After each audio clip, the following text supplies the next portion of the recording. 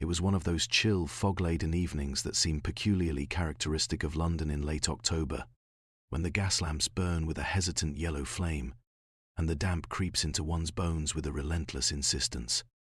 I had returned to our rooms at 221B Baker Street after a long, somewhat tedious day at St. Bartholomew's, hoping for a quiet evening with my medical texts, when the sharp, insistent ring of our bell shattered the fragile serenity. I rose, still brushing the dust from my coat, and called out, "Coming," though I knew from the tone of the summons that discretion would do little good. Whoever awaited us would brook no delay. The door swung open to reveal a man whose very posture spoke of agitation and inward turmoil so palpable that it seemed to press against the air itself. His coat was damp from the London mist, and his hat bore the unmistakable signature of hurried removal. Yet it was his face, pale and drawn, that struck me most forcibly. He had the gaunt features of a man accustomed to command, yet underlined by the weariness of a man unaccustomed to fear. "Dr. Watson," he began, glancing past me as if searching for the companion to whom he had been directed. "I have been told that Mr. Sherlock Holmes can render services in matters most perplexing." His voice, though measured, carried an edge of desperation that immediately drew my professional attention. I led him to the sitting room, noting the way his eyes flickered toward Holmes' violin, which lay unplayed, and the shelves of books, for he was evidently a man of observation, or at least of anxiety heightened by unfamiliar surroundings. Holmes, who had been reclining with his long, thin legs crossed and his pipe at the ready, lifted his eyes at the entrance of the man. His gaze, like a penetrating beam, seemed to strip away the layers of the world to reveal the marrow beneath. He said nothing for a long moment, content to let the visitor squirm slightly under the silent scrutiny that was his most feared weapon. Finally he spoke. "Pray take a seat. And if it is your trouble which brings you here, let us have it in plain language, for hesitation is a luxury we cannot afford." The man complied, settling into the chair opposite Holmes with a visible tremor in his hands. He cleared his throat, as if to marshal courage against some invisible adversary, and began to recount a tale that, even in its first phrases, promised to be unlike any ordinary disturbance of London life. "My name," he said, "is Edward Mallory. I am a horologist by profession, which is to say I deal in the creation and restoration of clocks and watches. My particular specialty is of rare and ancient timepieces, those which are more art than utility. For the past several months, I have been in the employ of a private collector, one whose identity I am not at liberty to disclose, restoring a particularly curious and singular piece. A clock of exquisite workmanship, yet silent, inexplicably silent. No matter how it was adjusted, it refused to mark the passage of time. And yet he hesitated, lowering his voice almost to a whisper. It seems to possess some influence over those who dwell near it." Holmes, who had leaned forward slightly, steepling his long fingers beneath his sharp chin, did not interrupt, though his eyes glimmered with a mixture of curiosity and something darker, an anticipation that always preceded his engagement with a particularly intricate puzzle. I, for my part, could feel a subtle shiver of apprehension, for there is, I have learned in my years with Holmes, an instinctive knowledge when an ordinary man steps into extraordinary circumstance. Mallory continued, his words tumbling with the urgency of suppressed panic. "Last week, a colleague of mine, a watchmaker of some repute, visited the collection to examine the clock. The next morning he was found dead. No apparent cause, no signs of violence. Merely as though some invisible hand had pressed him from existence. Scotland Yard is baffled. They can offer no explanation. And now the clock is missing. I discovered it had vanished from the collector's estate, and I fear that its absence may presage further calamity." Holmes' expression remained inscrutable, though a faint quiver in the corner of his mouth betrayed amusement or, perhaps, the thrill of the hunt. "You say the clock is missing," he mused, voice measured, "and yet you bring yourself here rather than to the authorities." "Because," Mallory said, leaning forward, "the police do not and cannot understand the nature of what we are dealing with. I am told of no ordinary theft, no ordinary criminal. There is something in this clock, something unnatural. If I may speak plainly, I fear it is—" Holmes inclined his head slightly. "Dangerous, yes, but how so? Does it harm by mechanical means, by chemical, or merely by its influence on the mind?" "I do not know," Mallory admitted, his hands twisting in his lap. But I can tell you that those who have been near it have suffered changes, restlessness, insomnia, fear. The collector himself has begun to avoid it, and He paused, swallowing hard. I cannot sleep. I cannot think. I am haunted by it. Holmes' gaze turned inward, as if mapping out unseen connections between the words, the timbre of the voice, the posture of the man, and perhaps some hidden variable in the very air of the room. He tapped his long fingers together, then rose abruptly. Watson, I believe we have stumbled upon a case that promises both subtlety and danger. You will accompany me to inspect this object, and perhaps in so doing, discover why the ordinary methods of detection are utterly inadequate here. I could see at once that he was already several steps ahead in the invisible chess game that is the nature of his mind. There was a light in his eyes, not of joy, but of inexorable anticipation, and I felt that familiar mixture of admiration and anxiety that always accompanies the commencement of a particularly perilous inquiry. Before we departed, Holmes paused to observe the visitor once more. "Mr. Mallory," he said, his tone deceptively casual, "I must warn you that the path upon which you have led us is neither simple nor safe. Timepieces, after all, can be instruments of precision, or they can be instruments of ruin. One must observe, and sometimes endure, before the true mechanism of events is revealed." Mallory nodded, relief washing over him. I am grateful, sir. I would have come sooner, but I feared ridicule. You are known, of course, for methods that surpass all ordinary comprehension. If anyone can understand what is at work here, it is Mr. Holmes. Holmes allowed a faint smile to flicker across his face, though it did not reach the cold calculation in his eyes. "Then we shall waste no time. Watson, prepare your coat. We leave at once. There is something waiting for us, something that refuses to mark the passage of hours, but which, I suspect, will soon dictate the rhythm of our investigation." And so, within the hour, we were ensconced in the hansom cab, London's fog curling around us like spectral fingers, the gas lamps flickering in the wet, cobbled streets, and the quiet hum of the city punctuated by distant clatter and call. As we drove, I could not help but wonder what manner of clock is so silent, yet so ominously potent, that it could inspire fear in those who study it, and even death in those who underestimate it. Holmes sat beside me, his gaze fixed through the murk, observing the city as though it held secrets invisible to ordinary eyes. I could feel his mind working, dissecting the details of Mallory's words, computing probabilities, anticipating movements. I, for my part, could only clutch my notebook and prepare to record, for I have learned that when Holmes embarks upon a path, the role of his companion is not to predict, but to witness, to chronicle, and occasionally to endure the unexpected. Thus began, on a night that promised little more than damp and darkness, a case that would test the limits of reason and the resilience of courage, a case in which time itself, or at least the device that measured it, seemed to hold sway over fate. And I, John H. Watson, could only follow in the shadow of Sherlock Holmes, recording each step with the meticulous care of a surgeon observing an anatomy both human and infernal. The hansom cab clattered over the wet stones of London, carrying us into a fog so thick that the gas lamps barely penetrated its gloom. Holmes sat rigid beside me, his fingers lightly drumming upon his knee in a rhythm I could not decipher.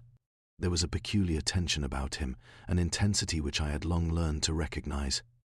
He was already immersed in the labyrinth of thought that would soon consume the entire evening. Edward Mallory's directions were precise yet curiously lacking in detail, as if he feared that divulging too much might somehow summon the danger he spoke of. The cabman, a surly man with little patience for questions, guided us through the twisting streets to a neighborhood that seemed almost to have been swallowed by the fog. The houses were closely packed, their upper stories leaning precariously over the narrow lanes, and the occasional flicker of a gas lamp cast shadows that danced grotesquely across brick and shutter. At last, we arrived at a tall, narrow residence whose windows glimmered faintly with the soft warmth of candlelight. Mallory led us through a modest hall and into a large room at the rear of the house. There, upon a raised platform at the center, rested the object of our intrigue, or rather, the absence of it. For the clock, which Mallory had insisted was the cause of all turmoil, was indeed missing. In its place stood only a velvet-covered pedestal, and upon it lay a few faintly scuffed marks upon the polished wood, traces, perhaps, of hurried removal. Holmes immediately approached the pedestal, bending slightly, his keen eyes scanning every inch. "Observe, Watson," he murmured. The indentation is scarcely more than a half-inch deep. The weight of the clock was considerable, yet no damage is evident upon the floor. Whoever removed it handled it with the precision of a surgeon or of a man intimately familiar with delicate machinery. I noted the marks, running my finger lightly over the smooth surface.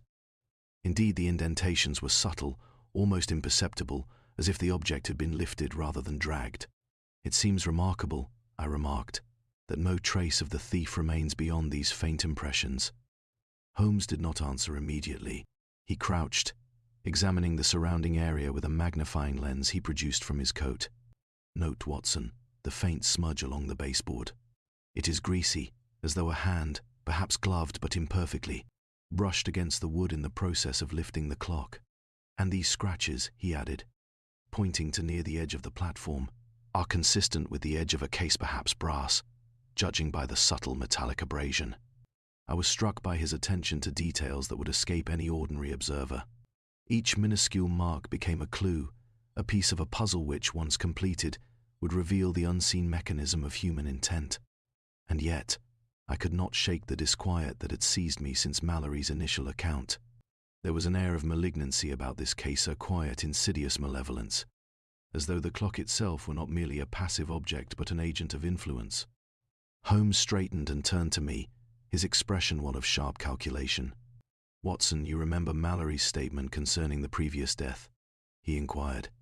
I nodded, recalling the mysterious demise of the watchmaker who had examined the clock. Observe the simplicity of what we know. The clock was silent. No mechanism functioned, and yet a man is dead. There is, therefore, either an indirect cause, poison, gas, psychological influence, or an extraordinary coincidence. Coincidence, as a rule, is not a factor we consider, especially in matters that are otherwise precise. Holmes' words were precise, almost surgical in their clarity. He continued to pace the room, occasionally stopping to inspect the walls, the corners, and even the underside of the platform. The removal was deliberate and careful. Our first task must be to determine the route taken. The windows are barred, the doors secure. There are, therefore, but two possibilities. The thief had access through the front door, perhaps with keys, or more interestingly through an avenue overlooked by ordinary eyes. Holmes motioned for me to follow him to a small alcove near the rear. "Here," he said, pointing to a narrow gap between the wall and a cupboard, "the dust has been disturbed, not excessively, but enough to suggest the passage of a slender person. And note the slight indentations along the edge of the carpet, deliberate, I suspect, to avoid the creaking of floorboards." Mallory, who had remained silent until this point, now spoke with evident concern. "You mean to say the thief was already inside the house before the clock was taken?" "Precisely," Holmes replied, "and with intimate knowledge of both the layout and the clock itself. This is no random burglary. The perpetrator knew what was sought and how to remove it without leaving obvious trace." I made careful notes, though my mind was racing faster than my pen could keep pace. Holmes, however, had already moved to the next observation. "Watson, note this peculiar fragment here," he said, holding a small splinter of wood, nearly invisible against the polished floor. "It is consistent with the hinge of a case similar to the one Mallory described. The splinter does not belong to this pedestal. It is a fragment detached during removal, perhaps from the rear of the clock. This is our first tangible evidence." As Holmes catalogued each minutiae, I felt the distinct weight of anticipation settle upon us. The mystery was no longer abstract, it had begun to take physical shape, and yet the shape was elusive, almost spectral. Who would remove a clock that could kill, or so it seemed, and why? And what of the collector, whose estate remained shrouded in secrecy? Holmes' sharp eyes swept the room once more before he turned to Mallory. "You say the clock was silent. Does it contain any unusual features, secret compartments, hidden mechanisms, or inscriptions?" Mallory shook his head slowly. "None that I could detect. I have examined it repeatedly. It is ornate, yes, with elaborate engravings, but nothing extraordinary to the eye. Yet I swear upon my craft, I felt a presence within it, as though it were alive." Holmes' lips curled in a faint smile. "Ah, the heart of the matter, Watson. It is often the seemingly inert object that harbors the most insidious influence. We shall see whether this influence is a matter of physical cause, psychological effect, or artful deception. But mark my words. The clock is central to the mystery, Yet it is not in itself the perpetrator. The mind that conceived this design is far more dangerous than the mechanism.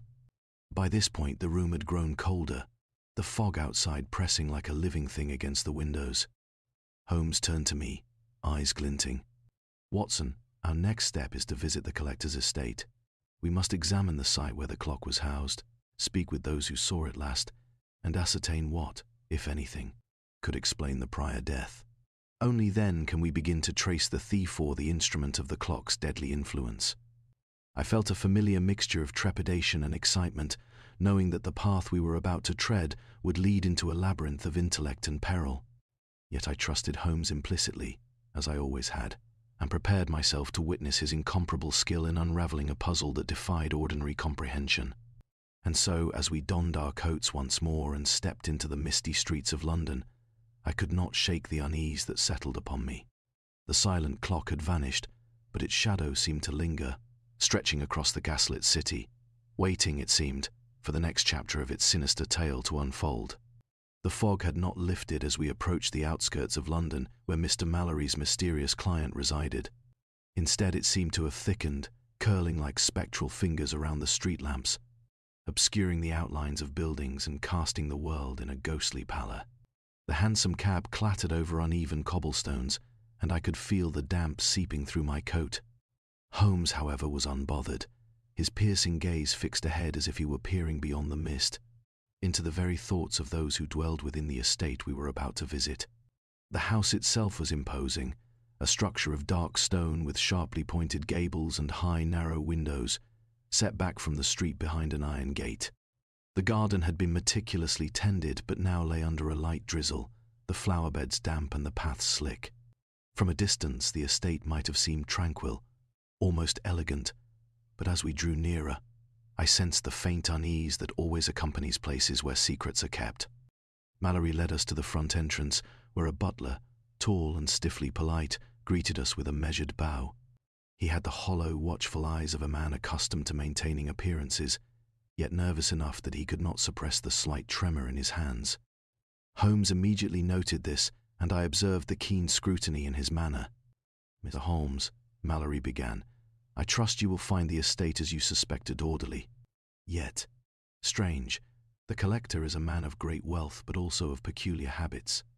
Few are permitted to enter the inner rooms, and none have touched the clock except myself and a handful of others."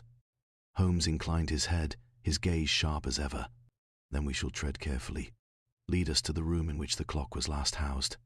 The corridor we entered was lined with heavy tapestries and dark wood paneling. Each step echoed faintly, giving the impression of a house larger and emptier than it truly was. Holmes' eyes darted from wall to wall, cataloguing small details: the worn edges of the carpet, a faint dust outline near a chair, the angle of the drapery, and I noted the way he seemed to absorb information in an almost supernatural manner. We entered a room of moderate size, filled with cabinets and shelves of rare timepieces, each polished and arranged with painstaking care. Yet in the center of the room, a large velvet pedestal, now bare, drew the eye. Holmes approached it immediately, crouching to examine the base. "Fascinating," he murmured. "Watson, observe the fine scratches along the edge of the platform. These are not consistent with ordinary handling." The clock was lifted with a precise motion, angled slightly to avoid stress upon its weight. Whoever removed it knew the object intimately. Mallory gestured toward a tall cabinet. "All these clocks have been catalogued and restored by myself. Nothing else is missing, only the silent clock. And yet, the police have reported strange occurrences here: lights flickering, clocks stopping at odd hours. Even the gardener claimed to hear a ticking in the walls when there was none." Holmes raised a brow. "An excellent example of the mind's susceptibility to suggestion. People expect a phenomenon. They find one. Yet I am more interested in facts than imagination. Tell me, Mallory, of the watchmaker who died. He visited 3 days before the theft. He was competent, thorough, found nothing unusual about the clock beyond its silence. The following morning, he was discovered, dead. Scotland Yard could not determine a cause. The coroner was baffled. Some suggested natural causes, others leaned to the clock." Holmes' expression darkened slightly. "And yet, we must remain disciplined, Watson. Certainty is a luxury in investigation. We start with observation. Were there witnesses to the watchmaker's visit?" Mallory nodded. Yes. My assistant, a young man named Thomas Redfield. He remained in the room while the watchmaker examined the clock, though he was not permitted to touch it. Holmes immediately signaled for Redfield to be brought in. When the young man appeared, he trembled slightly at the sight of Holmes' keen eyes.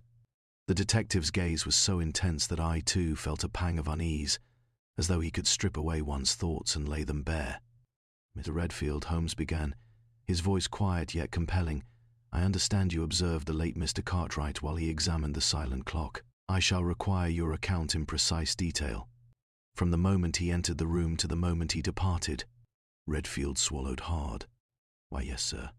He came on a Tuesday morning as usual. He looked at the clock, tapped the casing, adjusted the hands, but he said nothing seemed amiss. He hesitated, but he frowned, and then he leaned close to it, as if listening. Holmes' eyes narrowed. Listening, you say? Yes, sir.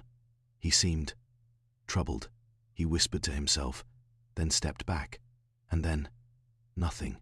He left the room to fetch water, and when he returned, he collapsed. There was nothing anyone could do. Holmes nodded slowly, making minute notes in the air, as though committing each detail to memory without the use of pen or paper. Thank you, Mr. Redfield. That will suffice for now. One final question. Did he touch any other objects in the room while observing the clock? Redfield shook his head. No, sir. Only the clock. Holmes stood and approached the window, peering through the fog.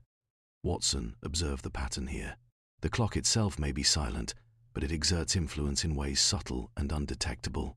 The watchmaker, a rational man, finds himself physically affected perhaps by sight, perhaps by psychological suggestion. We must consider both angles. I took careful notes, though my own mind raced with questions. Could a mere object have such power? Or was there an unseen hand manipulating events? The silence of the clock, its absence now, seemed to echo ominously through the room, a mute witness to forces beyond comprehension. Holmes turned to Mallory. I shall require the opportunity to examine the premises in full, including the grounds and any adjacent structures. We must ascertain whether the removal of the clock was facilitated by some hidden passage, or whether another vector was employed. Watson, you will accompany me. As we stepped into the misty garden, the fog pressing damply against our coats, Holmes' sharp eyes surveyed the terrain with a precision that made my own observations feel sluggish. There were subtle depressions in the gravel, almost imperceptible paths worn to the sod, and faint irregularities in the hedges that suggested recent movement. Holmes crouched beside one of the hedges. Watson, note the tiny scratches along this branch. The clock was likely removed with care, but the foliage betrayed its path. This is the signature of deliberate action, not hasty theft. Our perpetrator is clever, patient, and intimate with both the estate and the object. I shivered at the implications. A clock silent, seemingly inert, had now become the center of death and fear, and the perpetrator's skill only heightened the mystery. Holmes, however, seemed invigorated, his mind alight with possibilities. Watson, he said at last, straightening, we are on the threshold of discovery. The path may be obscured, but it exists. Every mark, every disturbed branch, every whispered account, these are the threads that, when woven together, shall reveal the tapestry of intent. The silent clock is not merely missing. It is a message, a challenge, and we shall answer it in kind. As we prepared to return to London, I could not shake the uneasy sense that the fog around the estate had seeped into my very thoughts. There was a malignancy here, subtle yet undeniable, and I feared that our journey was only beginning. Yet I had long learned that with Holmes, the journey itself revealed as much as the destination, and that the intricacies of intellect often triumphed where brute force could not. The streets of London had taken on an almost spectral quality by the time we returned to Baker Street. The fog hung low, wrapping the gas lamps in halos of dim gold, and every echo of passing boots or carriage wheels seemed amplified, as though the city itself were listening to our steps. Holmes was unusually silent, his mind evidently occupied with the estate, the clock, and the faint, troubling traces of influence we had observed. I, by contrast, could think of little beyond the strangeness of the case, and the chilling notion that an inanimate object or something disguised as one could be the instrument of death. We were scarcely settled before a telegram arrived, delivered with the customary urgency that marked matters of importance. Holmes tore it open with an efficiency born of habit, and his eyes scanned the contents with rapid calculation. "Watson," he said quietly, after a pause, "it appears Scotland Yard has apprehended a suspect in connection with the missing clock and the unfortunate death of Mr. Cartwright, eh?" I asked, a mixture of relief and apprehension in my voice. "Have they discovered the perpetrator?" Holmes' expression was inscrutable. "Not entirely. They have a man named Charles Beckwith, a journeyman clockmaker of some note, who was found near the estate the night the clock disappeared. The police assert that he intended to steal it for personal gain. Naturally, they believe the case solved." I could not suppress a frown. "But that seems too convenient. Beckwith is a skilled workman, certainly, but the removal of such a delicate, weighty, and intricately crafted clock would require intimate knowledge and unusual caution. Are you suggesting the police have acted prematurely?" Holmes allowed a faint smile to curve his lips. "I am suggesting nothing, Watson, merely noting the inadequacy of their reasoning. The simplest explanation is seldom the correct one in matters of precision and artifice. Beckwith, like many men, is a convenient scapegoat. Let us examine the evidence before casting judgment." The following morning, Holmes and I arrived at the Bow Street police station, where Beckwith was being held under guard. The man was of medium height, with calloused hands and the faint smell of brass and oil clinging to his coat. His expression was one of bewildered defiance. It seemed he was entirely unprepared for the scrutiny that Holmes would apply. "Beckwith," Holmes began, his voice low and precise, "you were found near the estate on the night the silent clock was removed. Tell me in your own words, your business there." Beckwith straightened, bracing himself. I am a clockmaker, sir. I repair and restore, as I have for many years. I was passing by the estate, saw a light and curiosity. Sir, curiosity compelled me to look. I assure you, I touched nothing. I would never steal such an object, not for all the money in London." Holmes' eyes, sharp as hawks, studied the man intently. "You were found outside the back gate, with traces of mud upon your boots that match the estate's garden. How do you account for this?" I stumbled, sir," Beckwith said hurriedly. "The path was slippery. I slipped and fell. Holmes made no immediate reply, instead studying the man with meticulous attention. The slight tremor in his hands, the neatness of his coat, the faint grease under his fingernails, the small abrasions on the palms. All were indicators, yes, but of what? Holmes had taught me to distinguish between ordinary evidence and the subtle markers of deception. "Watson," Holmes murmured, once we had left the cell, mowed the gentleman's manner. "There is anxiety, certainly, but most sophistication in the subterfuge. He fears exposure, yet there is no evidence of planning or deliberate concealment. This is a man caught in circumstance, not conspiracy. Yet the police are content to label him guilty." I nodded, scribbling notes furiously. "So he is a red herring in your estimation?" Holmes' gaze fixed on some distant point beyond the station walls. "Red herrings are the artifice of fate. Beckwith is involved only inasmuch as he wandered into proximity. He is convenient, yes, and yet irrelevant to the true mechanism. The real question is this: who possessed both knowledge and intent to exploit the clock's influence, and what was their purpose?" Holmes' deduction was methodical, each observation linked to minute detail. The careful scratches on the pedestal, the faint smudge on the floorboards, the unusual pattern of movement through the garden. He spoke in fragments that individually seemed innocuous, yet together formed the skeleton of a larger truth. Beckwith could not have executed the theft alone, nor could he have orchestrated the sequence of events that had so unsettled all who approached the clock. Upon returning to Baker Street, Holmes began cataloguing his observations with quiet intensity. He examined the gloves Beckwith had been wearing, noting the absence of fine abrasions that would indicate handling a delicate mechanism. He studied the mud patterns on the man's boots, comparing them with the impressions at the estate. And, most telling, he reviewed the timeline of Cartwright's visit, which Beckwith could not have known. "Watson," he said finally, his voice a mixture of amusement and frustration, "the police have arrested a man for being in the wrong place at the wrong time, and yet the true culprit walks free. This is typical, though no less vexing. Consider. Beckwith had no motive to exploit the clock, no opportunity to understand its peculiarities, and no knowledge of its psychological influence. And yet, he is portrayed as the architect of calamity. How many men, Watson, are condemned by coincidence alone?" I shivered, recalling Mallory's account of the watchmaker's death and the eerie reports of the clock's presence. Holmes, however, remained unperturbed, absorbed in the minutiae of the case. "In order to solve this, Watson," he continued, "we must think not like the police, who see only the visible, but like the mind that orchestrates the unseen. The silent clock is merely the instrument. The composer, the man who pulls the strings, is hidden, and his design is deliberate. We have a suspect, yes, but he is a phantom. Our task is to uncover the substance behind the illusion." And so, while the police were content to celebrate a supposed solution, Holmes prepared, in his quiet, inexorable way, to pursue the truth. I, faithful chronicler as ever, could only follow, recording each deduction and misdirection, each observation and hypothesis, knowing that in the labyrinthine streets of London, the real danger and the real puzzle lay hidden, waiting for the methodical mind of Sherlock Holmes to bring it to light. The morning after our visit to the Bow Street police station was damp and grey, the London fog still pressing thickly against the windows of Baker Street. Holmes sat in his armchair, pipe in hand, staring at the blank hearth as if the flames themselves might whisper secrets to him. I, meanwhile, attempted to collect my thoughts, arranging my notes from the previous day in the hope that some order might emerge from the confusion of events. "Watson," Holmes began suddenly, without preamble, "there is a detail the police have overlooked, nay, one that all present, even the watchmaker Mallory, have failed to recognize. It is subtle, easily dismissed, yet pivotal, and it lies within that silent clock itself." I looked up from my notes. "But the clock is missing, Holmes. How can you examine it?"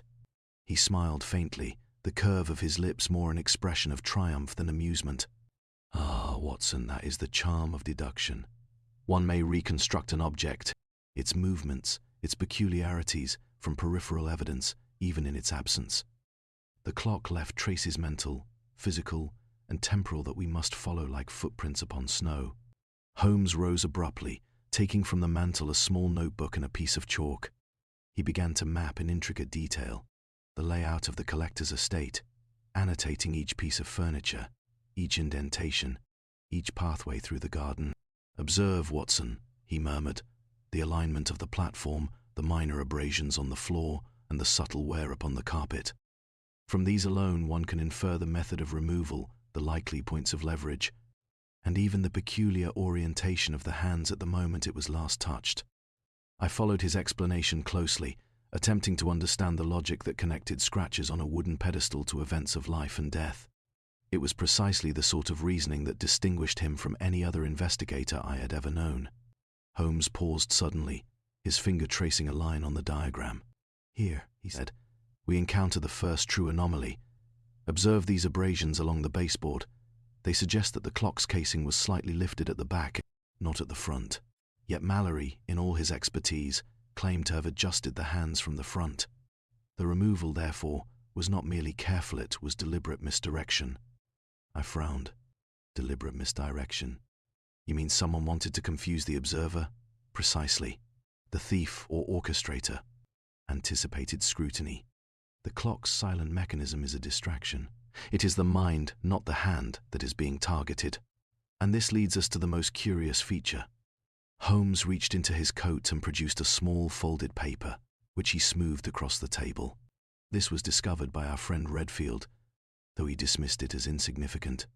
Yet it contains the key. Note the markings here, tiny scratches along the margin of the page, almost imperceptible. They correspond perfectly to the hands of the clock at 3 specific times. Not random, Watson, deliberate." I leaned closer, squinting at the delicate, almost invisible scratches. But what could it mean? Holmes tapped the paper gently. "A pattern, Watson. A sequence.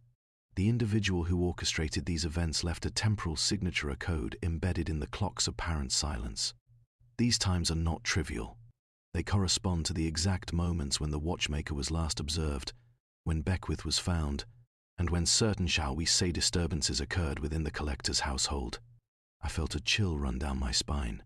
The clock was not merely missing, it had been part of a carefully constructed puzzle, a silent observer of its own influence, leaving clues to its manipulation in the form of invisible etchings. Holmes' eyes glimmered with that familiar intensity. "We have here, Watson, the first incontrovertible indication that the removal of the clock was no ordinary theft. Someone, with precise knowledge of timepieces and human behavior, orchestrated both the disappearance and the apparent influence it exerted over the previous victim. Beckwith, the hapless clockmaker, was merely an unfortunate passerby and unwitting pawn in a far more elaborate game. I could only nod, my mind racing to comprehend the implication. Every detail Holmes highlighted, from the scratches on the pedestal to the faint marks in the garden, now seemed to converge upon a single truth. The clock was a lure, a device of distraction, while the real perpetrator operated behind the scenes. Holmes, however, was not finished. He drew a small magnifying glass from his coat and examined the faint etchings once more. "Watson, note these inconsistencies. Some of the scratches are mirrored, reversed in direction from the actual clock hands. This is subtle misdirection, designed to suggest a false pattern. The individual intends us to follow one trail while the real path lies elsewhere. Only by careful observation, by considering both the physical and psychological evidence, can we reconstruct the truth." He leaned back, eyes still fixed upon the paper. "And therein lies the danger, Watson. The clock itself may be inert, but it has become the nexus of fear and misperception. Those who approach it, unprepared, risk being misled, and even endangered by the consequences of their assumptions. Our task is to discern the invisible hand behind the silent mechanism, to pierce the veil of deception before further harm occurs." I felt a profound mixture of awe and apprehension. Holmes, as always, had seized upon the smallest, most overlooked detail and used it to construct an entire framework of logic, invisible yet unassailable. It was as though he could see through time itself, reconstructing events that had passed and predicting movements yet to come. "Tomorrow," Holmes continued, still examining the evidence, "we shall return to the estate, speak once more with the witnesses, and attempt to trace the movements of the clock in the absence of the object itself. There are questions remaining about the collector, about the moments surrounding the watchmaker's death, and about the individual capable of such precise orchestration. All of them will lead us, I suspect, to an answer that is both surprising and inevitable." And so, as the London fog pressed against our windows and the faint cries of distant hansoms echoed through the streets, I realized that we had crossed a threshold. The case was no longer a simple matter of theft or misfortune. It was a deliberate, intricate design, and we had only glimpsed the first of its hidden mechanisms. The silent clock, absent yet omnipresent, had revealed its first clue, and in doing so, had drawn us deeper into a labyrinth of intellect, danger, and deception that would test even Sherlock Holmes' unparalleled skill. The days that followed our discovery of the hidden markings on the silent clock's notes were marked by an almost tangible sense of unease. London itself seemed to echo the apprehension that clung to 221B Baker Street. The fog pressed in heavier than usual, curling around the gas lamps and muffling the distant sounds of horse-drawn carriages, while the damp chilled even the most warmly dressed pedestrian. Holmes, however, appeared impervious, absorbed in the intricate lattice of deduction and hypothesis that now governed his every thought. It was in the late afternoon of the following day that the first incident occurred, an event which would serve to escalate the urgency of our investigation and illustrate, most emphatically, that the danger surrounding the clock was far from abstract. A hurried knock at our door preceded the arrival of a breathless messenger, who thrust a letter into my hands with trembling fingers. The envelope bore no stamp, only the elegant handwriting of Mr. Mallory. I tore it open, and as I read, I felt a chill settle upon my spine. "Dr. Watson and Mr. Holmes, I write with urgency. Something has happened at the collector's estate. The gardener, Mr. Thompson, reports a violent disturbance in the east wing. When he arrived, he found one of the curators, Mr. Evelyn Cartwright, nephew of the late watchmaker, unconscious, and a number of clocks scattered and overturned. The silent clock, which had been missing, is still absent. I fear the orchestrator is striking again." Mallory Holmes read the letter over my shoulder with his customary detachment, though I could detect the faintest glimmer of anticipation in his eyes. "Watson," he said quietly, "we must return to the estate without delay. Observe. The pattern is emerging. The first incident, Cartwright's uncle, was followed by the removal of the clock. Now, another individual is affected. The intervals correspond to our previously deduced temporal markings. The hand of the manipulator is at work once more." The hansom cab carried us swiftly through the misty streets, and as we neared the estate, the air itself seemed charged with tension. The gatekeeper, who had initially greeted us with polite suspicion, now admitted us with pale eyes and a stammering voice. The scene that greeted us in the east wing was disconcerting. Several clocks, each a finely crafted timepiece of considerable value, lay toppled, their glass faces shattered and brass hands bent askew.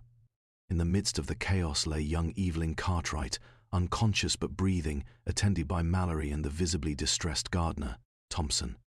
Holmes knelt beside the boy, examining him carefully. "Watson," he murmured. "Note the absence of any wound. No indication of physical violence.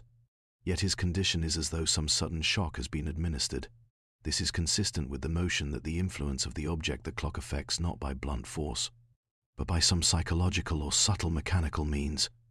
Cartwright's exposure, even if indirect, has produced a profound effect."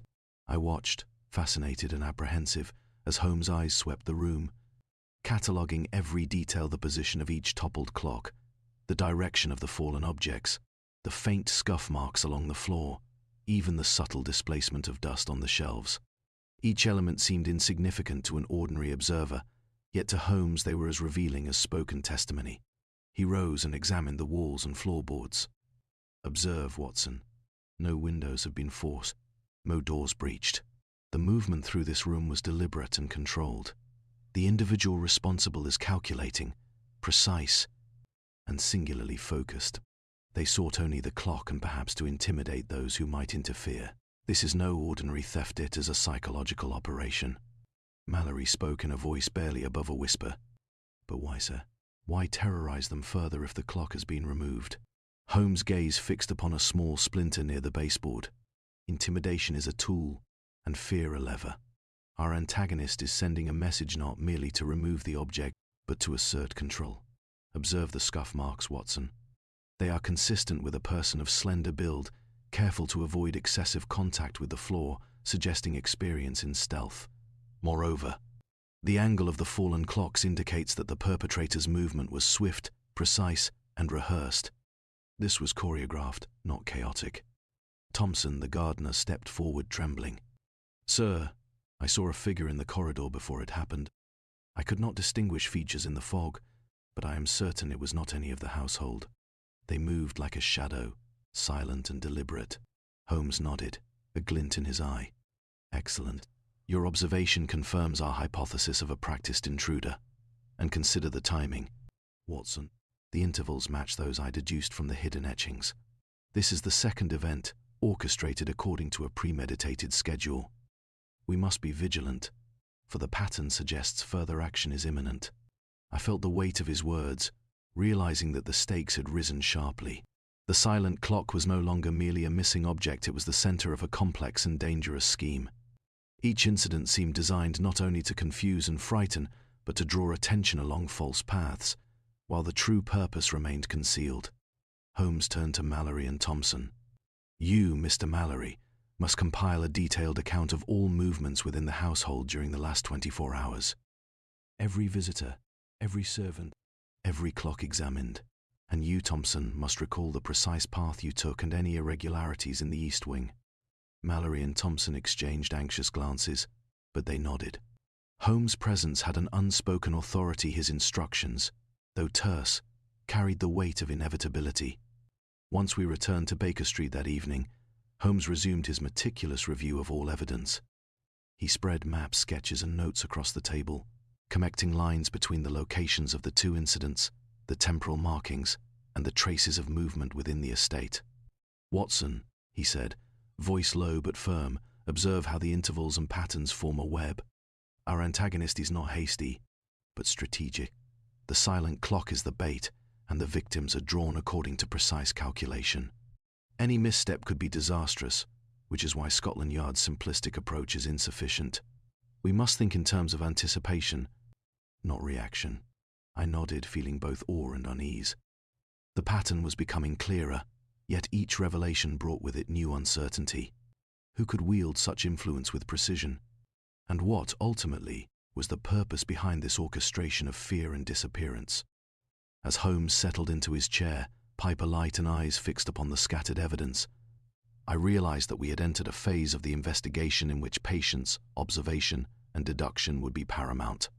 The events at the estate had confirmed that the danger was real, calculated and escalating. London, for all its fog and gaslit streets, seemed to shrink beneath the shadow of an invisible hand-to-hand we were only beginning to trace. London had taken on a more sinister aspect in the days that followed the second incident at the collector's estate. The fog now clung to the city like a living shroud, curling into alleys and pressing against the gas lamps, diffusing their feeble light into ghostly halos.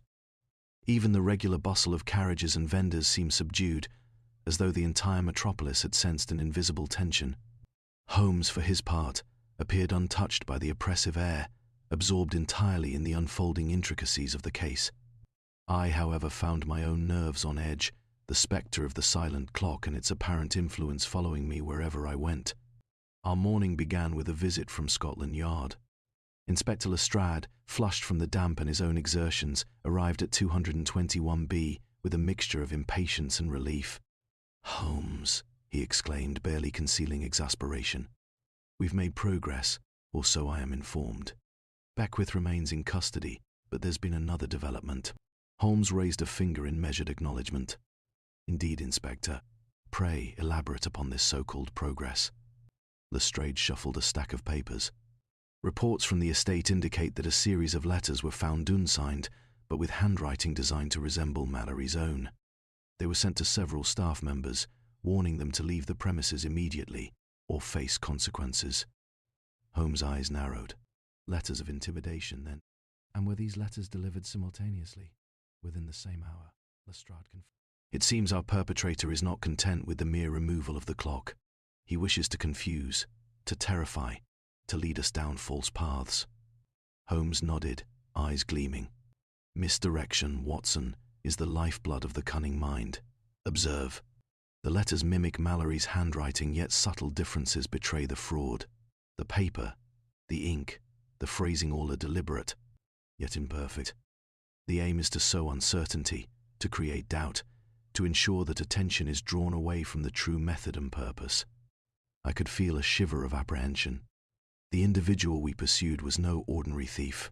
This was a master of strategy, employing the tools of perception as weapons, manipulating expectation and human instinct. Holmes leaned back, tapping his fingers together thoughtfully. "Watson, consider the timing. Each incident, the watchmaker's death, the removal of the clock, the collapse of young Cartwright. And now these letters occurs at intervals precisely corresponding to the etchings upon the note.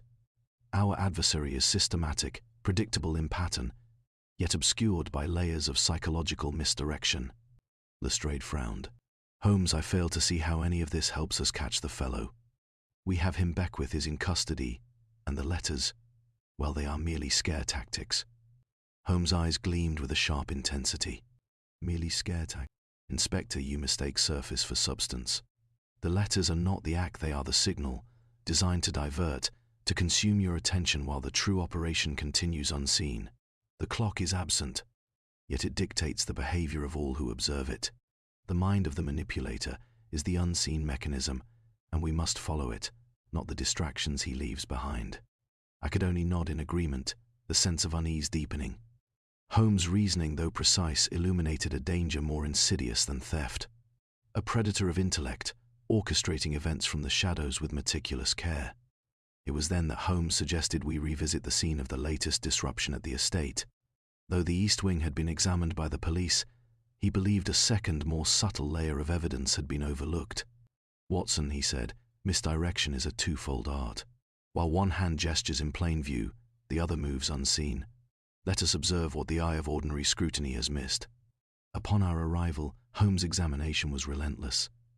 He inspected the positions of each clock that had been displaced, noting not only the angles of fall but the direction of impact. He measured the weight of the objects, the faint depressions in the carpet, and even the residual vibrations in the wooden floorboards. Each observation was catalogued with a precision that seemed almost unnatural. "Observe, Watson," he said finally, pointing to a faint line of dust along the far wall. "Here lies the hand of the manipulator. The line indicates the passage of an object or individual deliberately kept close to the wall, avoiding notice. The toppled clocks were not the work of chance, nor the careless handling of a thief. They were arranged, positioned, and displaced to create a specific pattern and impression upon the mind of those who discovered them. I stared at the subtle markings. Indeed, they suggested the movement of something deliberate, yet invisible to the casual observer. So the chaos was intentional, I murmured, to distract or confuse those who might intervene.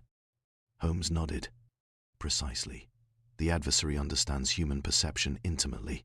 The disruption, the letters, the apparent randomness all serve to obscure the underlying pattern, which is far simpler and more elegant than it appears. And once again, Beckwith is merely a convenient diversion, blamed for what he did not commit, while the true orchestrator operates freely. Mallory appeared behind us, visibly shaken. But why? Why involve the household at all if the clock is removed? What is gained by these displays of fear? Holmes' gaze softened briefly. Fear is a lever, Mr. Mallory. It reveals character, tests resolve, and draws attention to the surface while concealing deeper purpose. The silent clock is a stimulus, the letters are the noise, and we, the investigators, are tested not only in observation but in patience and deduction. The design is not merely criminal. It is a demonstration of control. As we departed the estate, Holmes remained unusually pensive. Watson, the misdirection deepens, but it is predictable in structure. Each action corresponds to a hidden logic. We must remain vigilant, attentive to the subtlest anomalies. Our adversary assumes we will be swayed by what is conspicuous, but the truth is hidden in what is ignored. Back at Baker Street, I reflected upon the day's revelations. The danger had escalated from theft to intimidation, the complexity of the scheme now evident.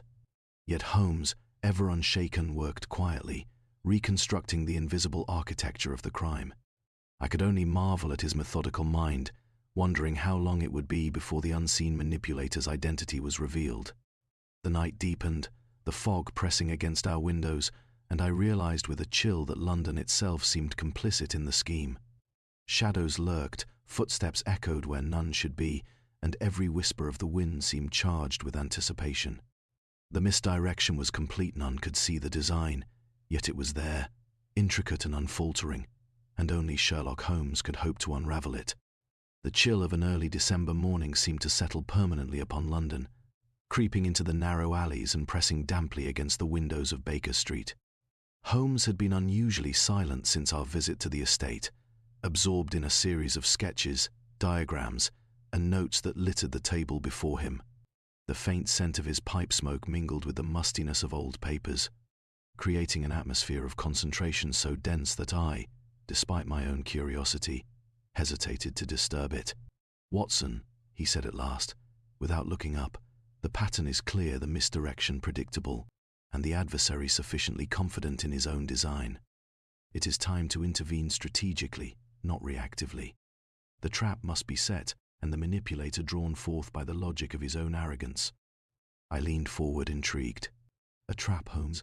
How do you propose to entice a man whose methods are invisible, whose presence is known only through subtle consequence?" Holmes allowed himself a small, sardonic smile. "Precisely by exploiting the very instrument of his control, the silent clock.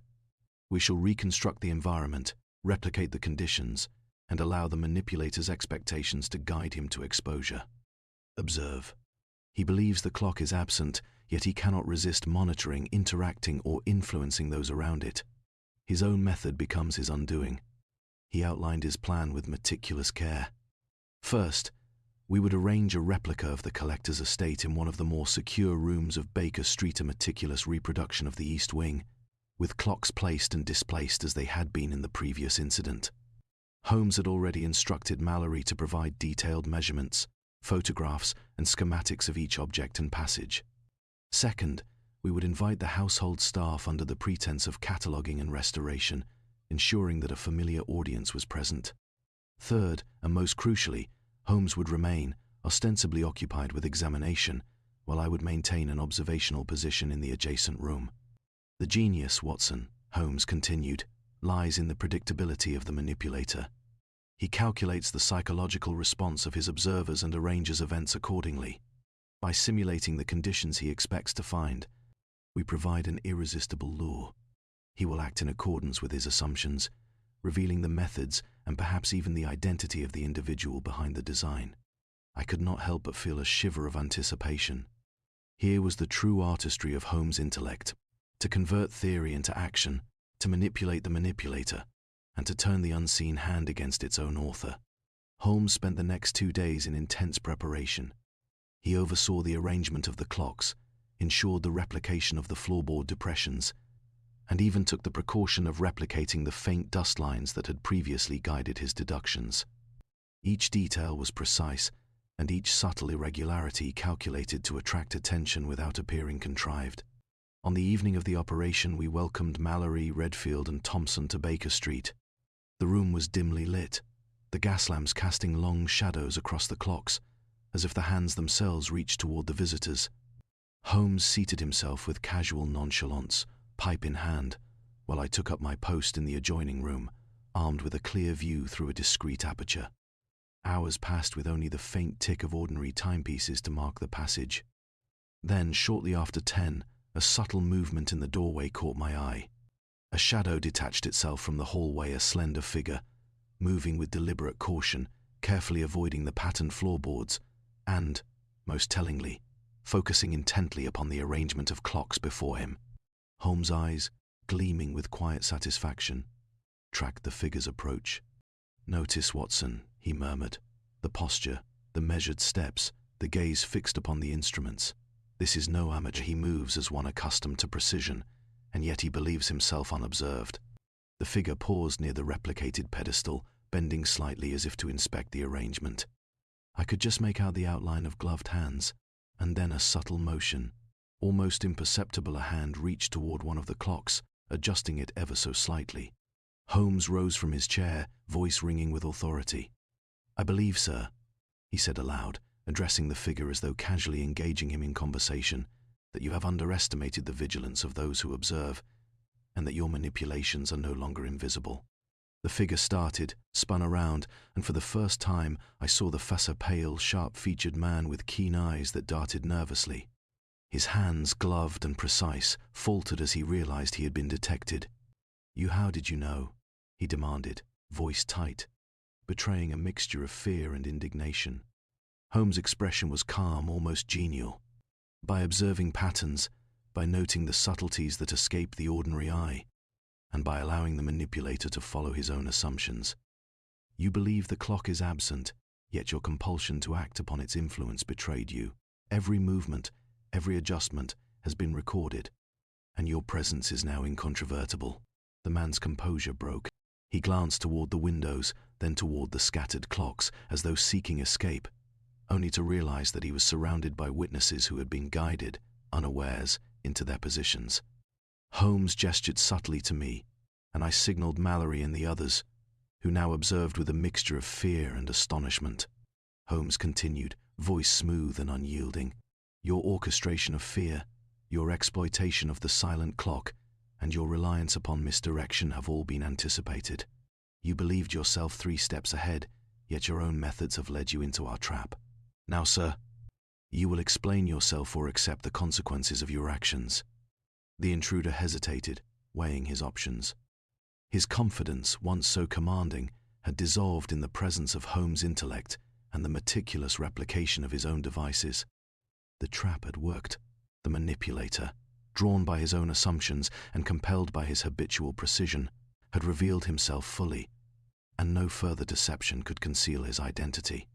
Holmes turned to me, a faint smile playing upon his lips. "Watson, observe the elegance of anticipation. A trap is not simply a snare, it is a mirror. By reflecting the manipulator's own expectations, we compel action, and in that action, the truth is disclosed." As the man's identity and motives began to unfold under Holmes' relentless questioning, I realized that we had crossed a threshold.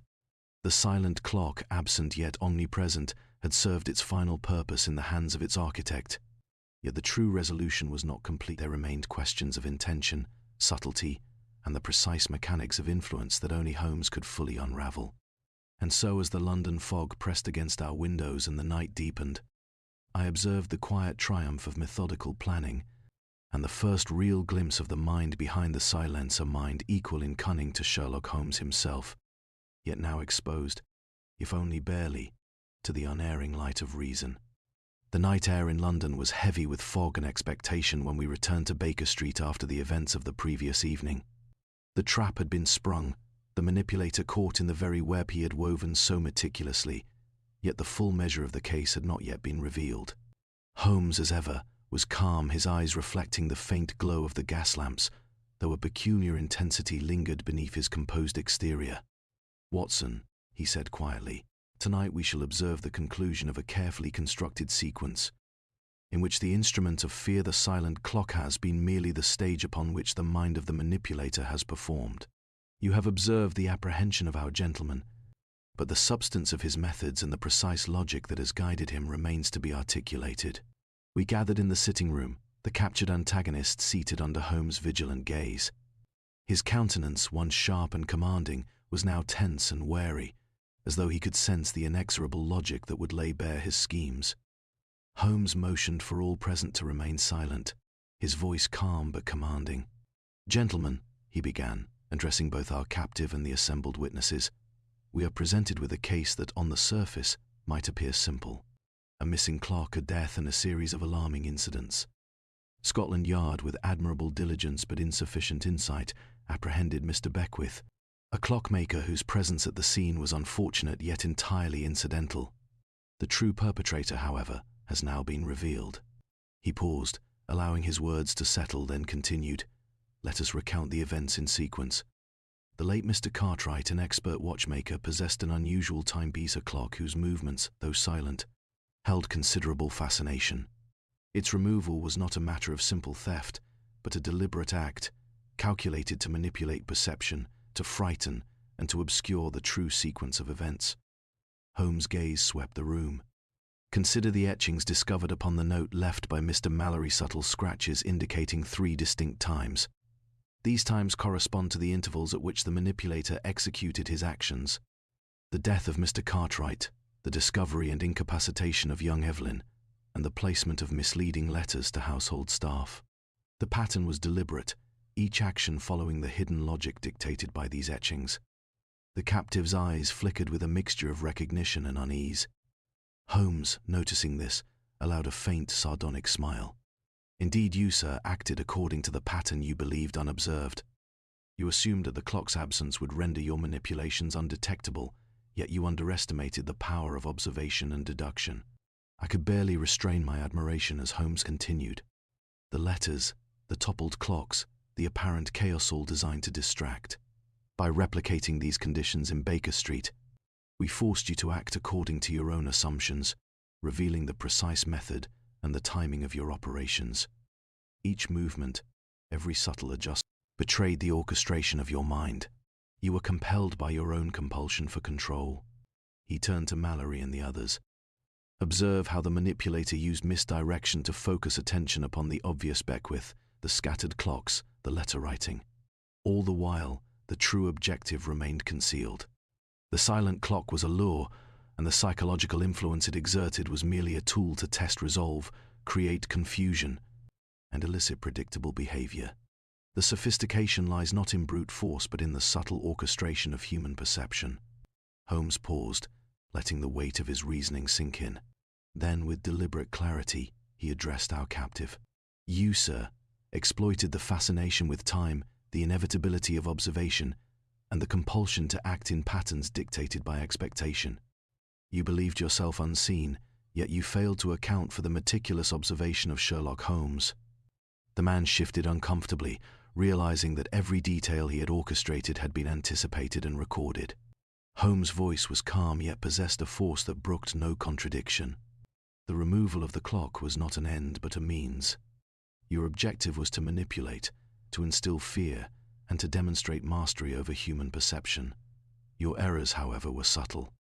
The angle of fallen clocks, the residual marks, the gloved hands brushing against dust lines all betray the precision with which you acted, yet they also betray the presence of the observer who understands them." Turning to me, Holmes said, almost conversationally, "Watson, note the elegance of the reasoning.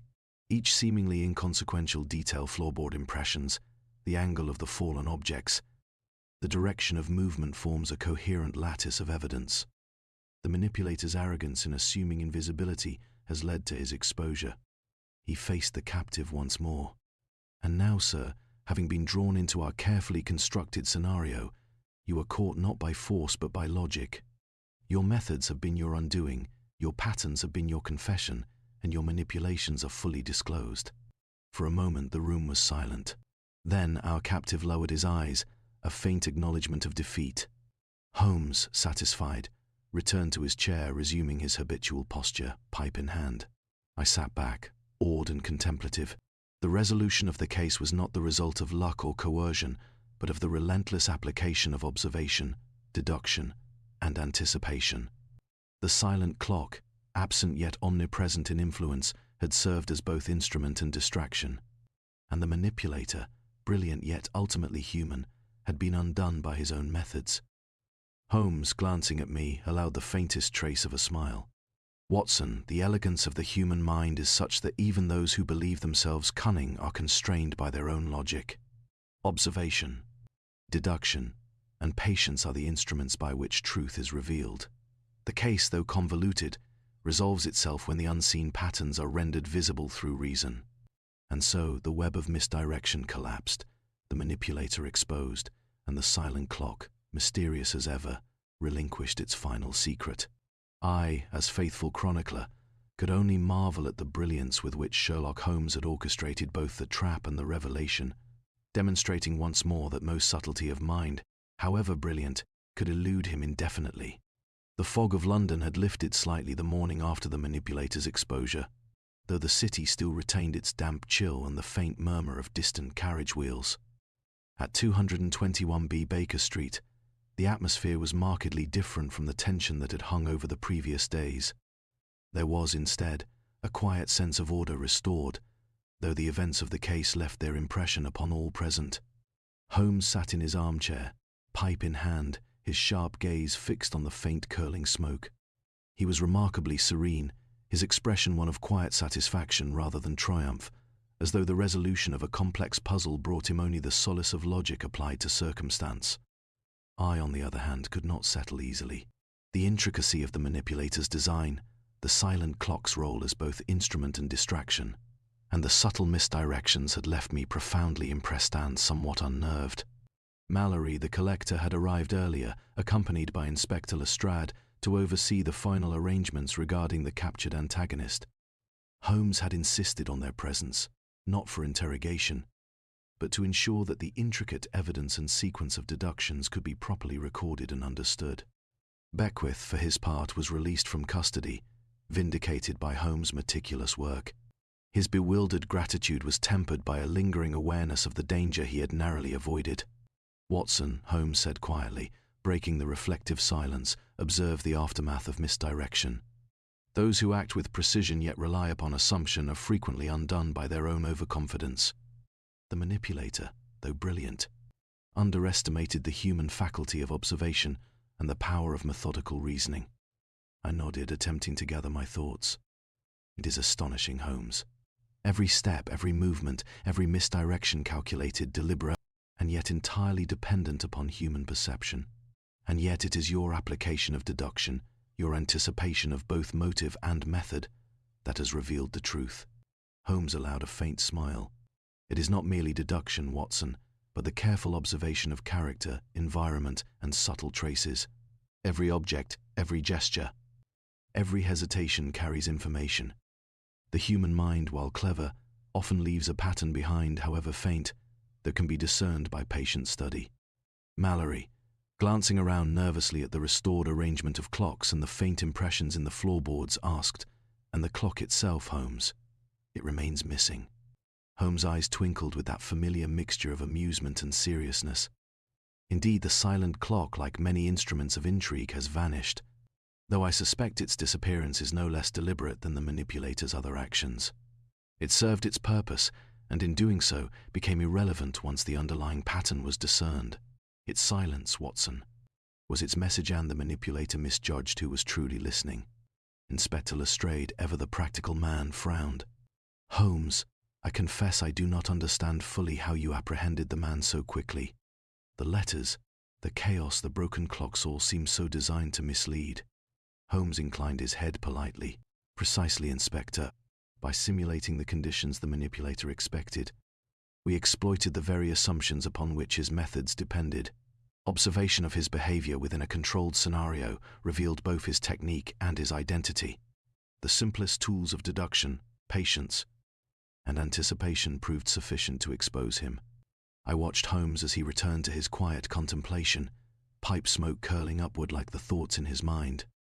There was in his demeanor the sense of someone already moving beyond the case, considering new puzzles and new challenges, leaving the world momentarily in order but never entirely at rest. I reflected upon the lessons of the silent clock and its manipulator.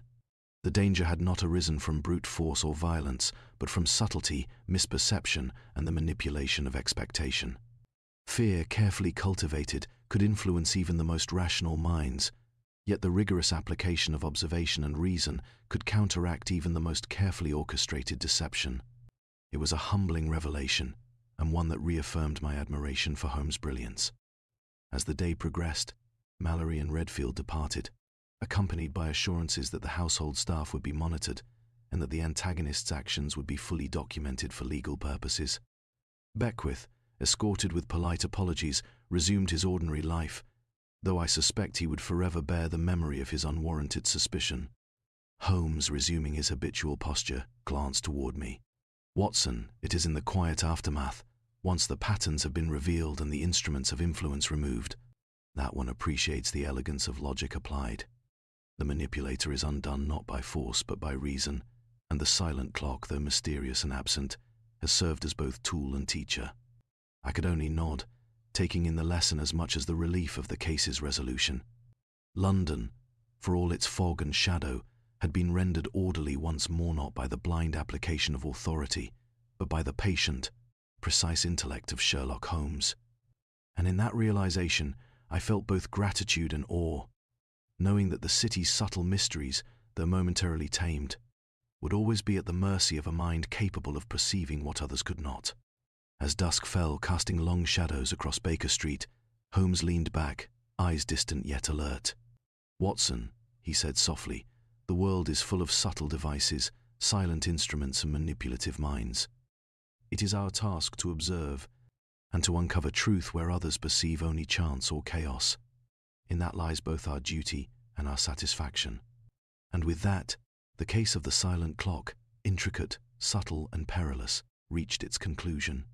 London would continue its rhythm, oblivious to the shadowed manipulations it had narrowly escaped, while 221B Baker Street remained a haven of order, reason, and the inexhaustible intellect of Sherlock Holmes. The morning following the resolution of the silent clock affair was unusually clear for December, though a faint mist still lingered in the narrow alleys and courtyards of London. A crispness hung in the air, as if the city itself had exhaled in relief after the tense days that had tested the nerves of Baker Street and the Cartwright household alike.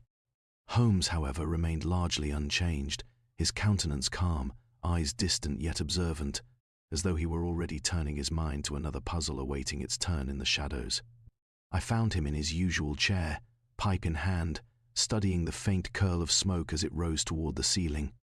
There was a contemplative stillness about him, not of fatigue but of satisfaction mingled with reflection. He spoke without looking up. "Watson," he said softly, "it is a curious thing, the human mind. Even the most brilliant can be deceived, not by malice, but by assumptions, the invisible scaffolding upon which their reasoning is built. The manipulator, though clever, relied upon predictable patterns, familiar instincts, and the subtle sway of expectation. Yet all his efforts were undone by the patient application of observation and logic." I watched him, fascinated. "You make it sound almost inevitable, Holmes, yet there was danger at every step. The silent clock itself, though absent, exerted influence, and the psychological tension could have led to disaster." Holmes' lips curved slightly. "Indeed, Watson, danger is ever present, but it is rarely an end in itself. It is merely the measure of consequence, the external manifestation of the choices and errors of those who manipulate or act without full comprehension. And it is in observing these errors, these subtle miscalculations, that one finds both satisfaction and the means to correct injustice." He leaned forward, eyes glinting with a characteristic intensity. "Consider the lesson of the silent clock. The mind is the ultimate instrument. The object itself is merely a catalyst, a symbol. Fear, distraction, and misdirection are tools. The cleverest among us may fall prey not to force but to expectation, to the limitations inherent in our own perception. And it is precisely here that the discipline of deduction proves its worth. I reflected on his words, sensing the depth of his reasoning. The manipulator's arrogance, the calculated use of misdirection, and the silent instrument of influence were all elements of a drama played upon human observation, and yet Holmes' ability to perceive and anticipate had rendered the performance transparent. Holmes' gaze softened slightly as he continued, almost to himself. It is the calm and measured mind that perceives the invisible threads connecting seemingly disparate events. The subtle scratches, the misaligned clocks, the faint impressions all constitute a language that the attentive mind can read. One might call it the grammar of truth, Watson, and it is a language one must learn to understand. I could not help but admire the clarity with which he expressed a philosophy that to others might appear arcane or abstruse. "You make it sound almost poetic, Holmes," I said. "Yet it is your poetry of reason that saves lives, exposes truth, and prevents chaos from overwhelming order." Holmes allowed a faint smile. "Perhaps, Watson. Yet there is a certain melancholy in it, for one realizes that the world is full of silent instruments, subtle manipulations, and invisible hands. One may perceive them, correct their consequences, and prevent harm, but one cannot entirely dispel them. Vigilance is perpetual, and reason must remain ever alert." He leaned back, settling into his chair with the ease of one accustomed to solitary contemplation. And so the silent clock serves its final lesson. The manipulator has been exposed, the innocent vindicated, and the threads of deception unraveled. Yet the city remains a complex organism, full of unseen devices and subtle influences, awaiting the next careful observer to discern their patterns and apply reason where misperception threatens. I sat quietly, absorbing the weight of his reflection. There was a profound understanding in Holmes' words, a combination of pragmatism and philosophical insight. The case was closed, yet the lesson lingered, subtle and enduring, much like the silent clock itself had been present in influence, yet absent in form. As the afternoon waned and the mist began to lift from the streets, Holmes spoke once more, in a tone both gentle and resolute. "Watson, it is in these quieter moments, after the resolution of events, that one truly appreciates the power and necessity of observation, deduction, and restraint. One must act with reason, yet remain humble in the presence of complexity, for the mind, like the city, is ever capable of concealing both danger and revelation." I nodded, feeling the depth of the lesson and the enduring brilliance of the man beside me. Sherlock Holmes, for all his peculiarities, his sardonic wit, and his relentless pursuit of logic, remained a guardian of reason in a world often governed by chaos, misperception, and subtle intrigue. The day ended quietly, the gas lamps casting a warm glow upon Baker Street, and I reflected that this, too, was part of the case, the serene aftermath, the philosophical contemplation, and the enduring order brought about by an extraordinary mind. The silent clock, mysterious and elusive, had finally yielded its lessons, and in its absence, the light of reason had prevailed. The city of London had returned to its usual rhythm, though the memory of recent events lingered like a subtle mist along the streets. Gas lamps flickered in the early evening, and the distant clatter of carriage wheels echoed softly against cobblestones dampened by an autumnal drizzle. At 221B Baker Street, the quiet hum of the city outside provided a gentle contrast to the intensity of the case that had now reached its final resolution. Holmes, as always, occupied his armchair, pipe in hand, his gaze fixed upon some distant point of thought. His calmness, so characteristic, suggested that while the case had concluded, his mind remained alert, ready to dissect any irregularity in the world that others might overlook. I, for my part, felt compelled to commit my own reflections to paper, chronicling not merely events, but the subtle lessons hidden in the careful orchestration of human perception. "The manipulator," Holmes said softly, breaking the contemplative silence, "is a fascinating study, Watson. Brilliant, methodical, and yet fallible not because of deficiency in intellect, but because of reliance upon assumption and the predictable reactions of others. Observation, deduction, and anticipation are our only reliable safeguards against such cunning, and even then, vigilance must never waver." I watched him, admiring the unwavering calm with which he spoke. "You make it sound almost as though the silent clock was less an object than a teacher. Holmes a lesson in logic, misdirection, and the subtlety of human behavior." Holmes allowed the faintest smile. "Indeed, Watson. It is often the silent instruments that instruct us most profoundly. Their absence of overt action compels the observer to read between the lines, to perceive not only what is present, but what is implied." The clock's silence was, paradoxically, its most eloquent statement. I could not help but reflect on the intricate elegance of the case. From the death of Mr. Cartwright to the collapse of young Evelyn, from the misleading letters to the carefully staged trap at Baker Street, every element had been a lesson in anticipation and the limitations of human perception. And throughout, Holmes had demonstrated a singular principle, that reason, applied patiently and without bias, could illuminate even the most subtle and dangerous of schemes. "The city itself," Holmes continued, his gaze now drifting to the fogged window, "is a labyrinth of invisible threads, Watson. Every alley, every household, every seemingly trivial interaction holds within it the potential for complexity, manipulation, and concealment. It is our task, those of us attuned to observation and deduction, to discern the patterns, reveal the hidden motives, and restore order where chaos might otherwise prevail." I felt a quiet awe at the breadth of his vision. Holmes' words carried not merely a commentary upon the events of this case, but a philosophical observation upon life itself. That subtlety, misdirection, and the unseen often govern human affairs more profoundly than the apparent and the obvious. Mallory had since taken measures to secure the remaining clocks and to ensure that the household staff were informed of potential risks, while Beckwith, vindicated and unharmed, resumed his ordinary life with a cautious gratitude. The antagonist, now in custody, had little choice but to face the consequences of his meticulously orchestrated mischief, a testament to the inevitability of reason over cunning when applied without error. Holmes leaned back, pipe smoke curling around his head, and regarded me with a faint glint of his characteristic intensity. "Watson, every case, however intricate, leaves behind a residue and impression not merely of events, but of the subtle patterns that guide behavior. The silent clock, the manipulator, the victims, and even the observers all are part of a single, coherent lattice of cause and effect. One must perceive it in its entirety to understand it fully." I nodded, absorbing the depth of his reflection. There was a satisfaction in closure, yes, but also a profound lesson in the vigilance, patience, and intellectual rigor required to navigate a world in which appearances often deceive, and subtlety can be more potent than overt force. Holmes rose then, stretching with an elegance that belied his tireless mental exertions. "And now, Watson, we return to the ordinary world, though I suspect that ordinary will remain illusory for those who do not observe with care.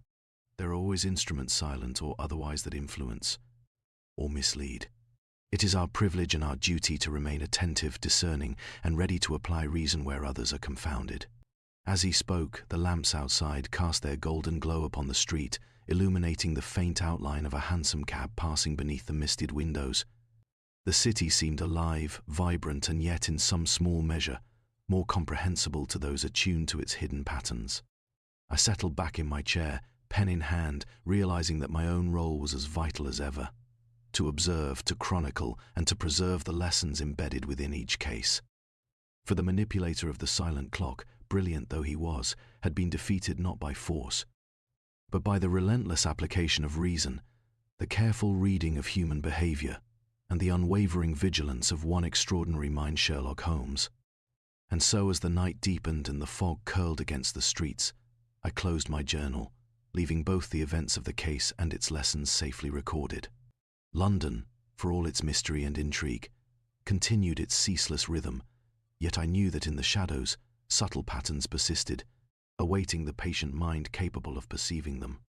Holmes, pipe in hand and eyes alert, glanced once more toward the street, a faint smile touching his lips. And as the quiet of Baker Street settled around us, I understood that the world of observation, deduction, and subtle insight would never truly end. It was in essence our perpetual adventure, one that would continue wherever shadows, misdirection, and silent instruments lay in wait. The case of the silent clock, intricate, perilous, and profoundly instructive, had concluded, but the lessons it imparted would endure. lingering in thought and observation long after the echoes of its events had faded into the fog of London.